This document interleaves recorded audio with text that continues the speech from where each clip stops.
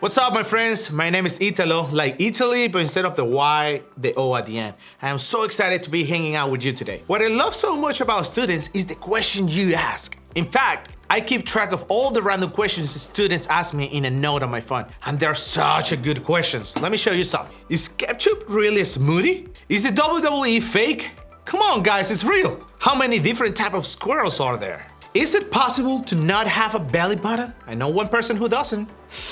Why do armpits smell? Where did dinosaurs go? Can I get sick from eating too many ketchup packets? And some of these questions are pretty easy to answer. And some of the questions I have collected are a little bit more difficult to answer, like, is God really real? Will my grandma know it's me when I see her in heaven? Did Noah know that he had two of every kind of animal he needed to have? If God loves us, then why do bad things happen? Why do I have to be kind to people who have talked about me behind my back?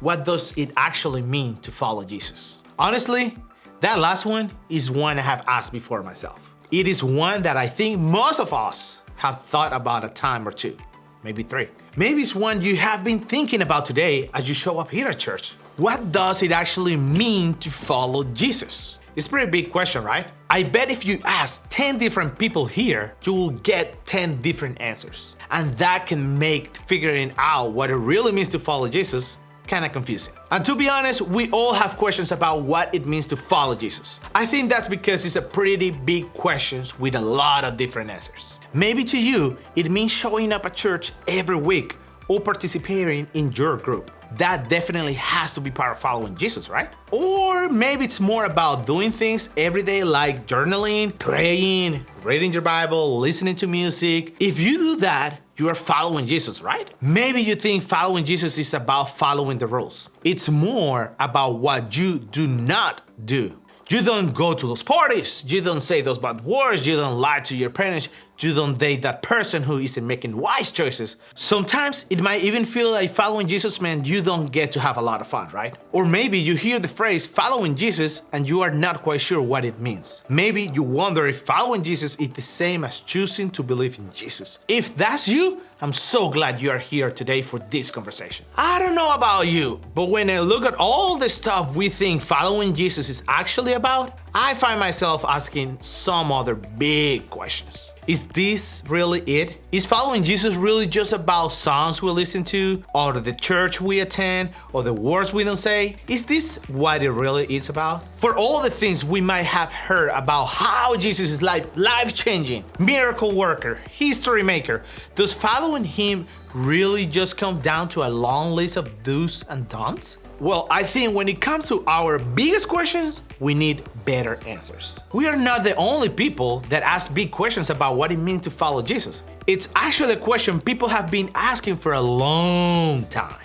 In fact, some of the very first people to at least think about this question were some of Jesus' closest friends, his disciples. The word disciple is just a fancy way to say follower. So it makes sense that Jesus' followers will be the people trying to figure this whole thing out. Two of the first people Jesus asked to follow him were fishermen named Peter and Andrew. And we find the start of their journey with Jesus written down in the New Testament of the Bible. It is an historical document written by a guy named Matthew. Matthew was actually a follower of Jesus himself. He wrote down what he experiences with Jesus so that we could know what happened during Jesus' life, so that we could see for ourselves that knowing Jesus changed everything. And a lot of the things Matthew wrote down can help us figure out how knowing Jesus changes everything. They can help us see what it actually looks like to follow Jesus. So let's take a look.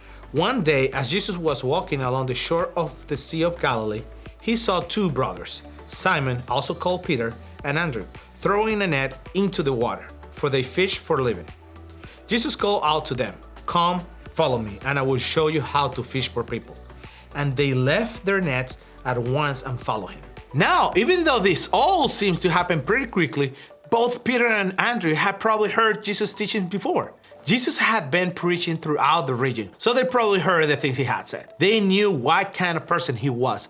But even though they knew Jesus and his reputation, Peter and Andrew had to still wonder what he meant when he said, follow me. Where are we going? For how long? And why? What does that even mean? During the time of Jesus, the rabbis, who were the religious leaders of the day, had disciples who will literally follow them all around. These disciples took every step their rabbi took. If their rabbi went left, so did their disciple. If the rabbi stopped suddenly, so would their disciple. So Peter and Andrew would probably have thought at the very least following Jesus meant walking in the same directions, following him every step of the way, listening to his every word, and seeing how he responded in everyday situations. Jesus was saying, right now, let's go at this very moment, just as you are.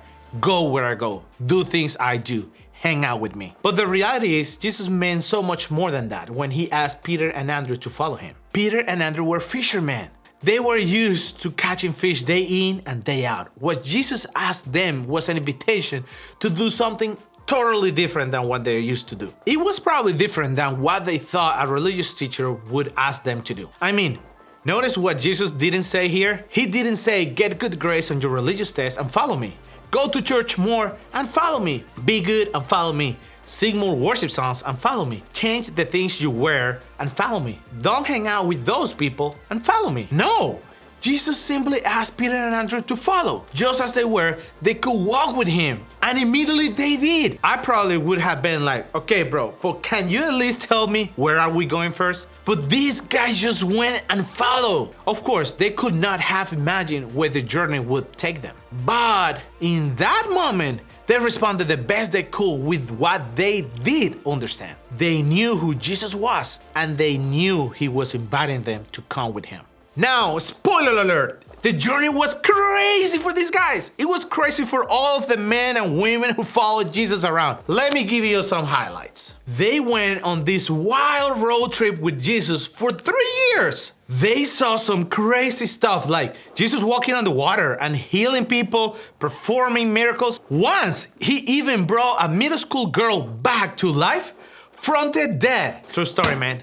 Jesus, who invited them to a journey, was actually killed. The disciples had to hide to save their life after that. Then Jesus came back to life. Jesus sent his disciples out on a mission to tell other people about him, so those people will follow him too. Peter and Andrew went on to become leaders in the Christian faith. Peter actually became one of the first leaders, the one the other followers looked to for direction. John, another disciple, became a famous writer, and more people are named after him than anyone else. Nearly all Jesus' disciples were killed for following him. All are famous. And thousands of years later, here we are, spending time together talking about just one part of Peter and Andrew's story. So what Jesus meant when he asked Andrew and Peter to follow him was so much bigger than following a bunch of rules or reading the Bible every day. What Jesus had in mind for Peter and Andrew and for us was a life that was bigger and more adventurous and more meaningful and more impactful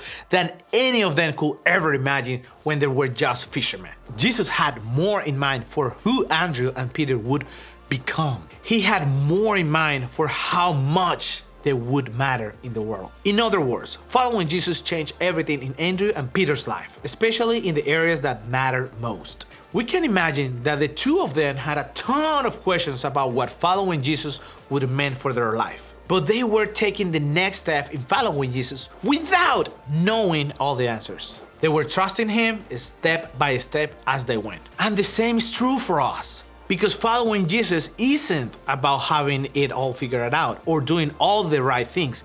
It's about simply saying yes to go with him and trusting him to lead you as you go. And when you do, you will experience how knowing Jesus changes everything. I have known this to be true on my own life.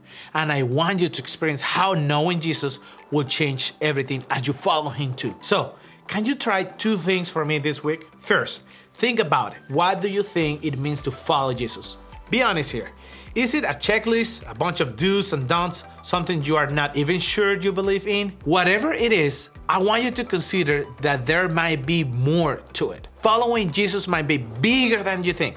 It might actually change everything. You might have a lot of questions about it, but what if simply by taking a step to follow Jesus might help you find some answers? This week, I want you to think about what following Jesus might mean for your life right now. Then talk about it. Here's what's cool about this. Jesus isn't afraid of your big questions. So be open with him. Talk about your questions. Pray about your questions. Share your questions with your group. That's actually why we have groups here. We want groups to be a safe space where you can ask the questions you have about all this faith stuff together. Because the reality is that we all have questions. None of us have all this figured out, even adults. But the good news is that we were not meant to figure it out alone. So share one of your big questions with your group today. And as you talk about your questions, be open to how Jesus might be asking you to follow him to help you find some answers. Because the truth is that knowing Jesus changes everything. He changed everything for Peter and Andrew. He has changed everything for me, and he can change everything for you too.